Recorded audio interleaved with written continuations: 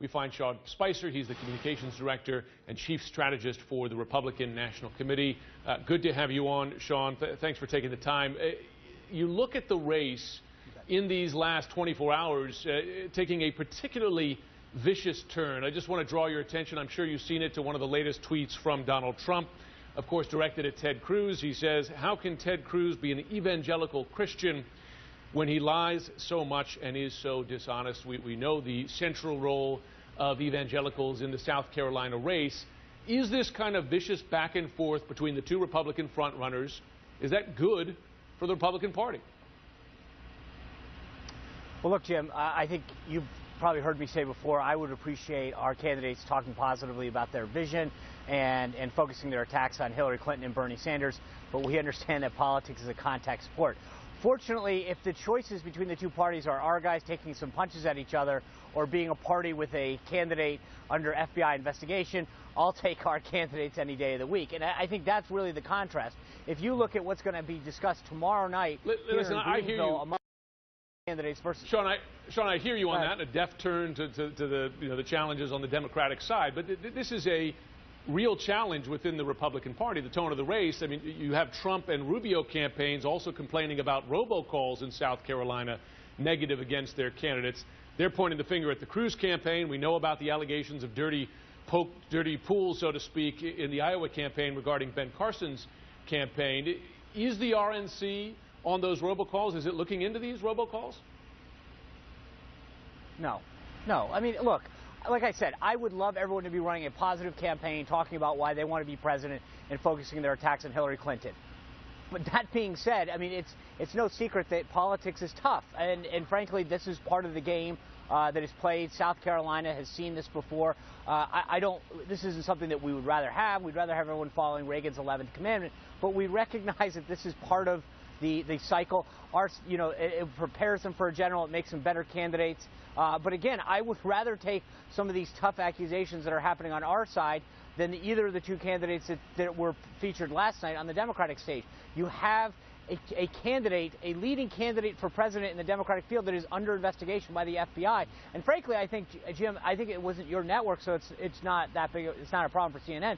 But I found it appalling that not one of the moderators during a 2-hour debate asked a single question regarding a just revealed and just confirmed FBI investigation. That is appalling that never came up. Well, let me ask you this, because when you look inside the race, but really both races, you have now the prospect of a long, drawn-out contest, certainly on the Democratic side, more than many expected, but also certainly on the Republican side, which allows for the prospect of the kind of back and forth you're talking about here, some of which is potentially damaging for some of the candidates when they go to the general election. You have Marco Rubio floating the idea now of a brokered convention. He says he doesn't think the uncertainty of not having a candidate going to the convention is necessarily a bad thing. But of course, we're seeing one of the bad things here, which is continuing this pretty bitter back and forth here. Well, look, here's the situation. Under Chairman Priebus's leadership, we basically redefined the primary calendar. We moved the start time back a month into February from January. We moved it up from ending in June to probably ending in May.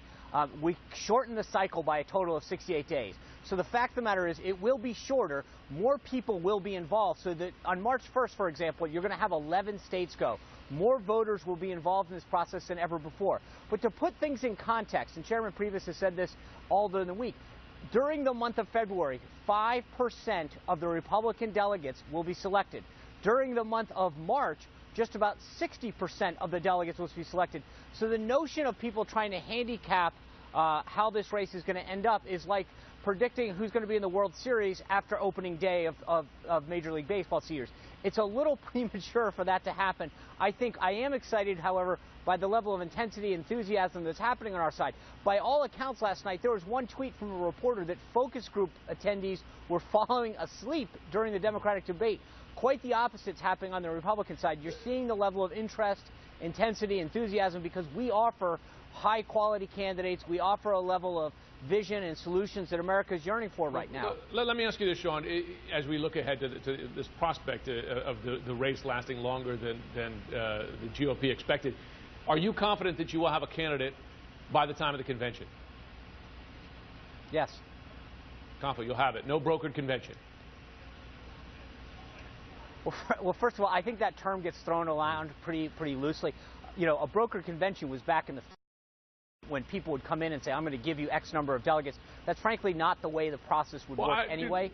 Beyond the semantics, but frankly, the ultimate question is, do you believe you'll have an uncontested candidate for the Republican nomination by the time you get around to the convention? I do.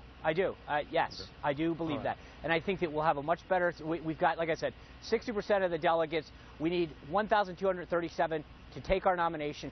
More voters are going to have an opportunity to be involved in this process than ever before, and I think come the end of March, you'll hopefully start to see the emergence of a presumptive nominee, but I think we're pretty confident that by mid-April, you'll have an idea of who our nominee is going to be.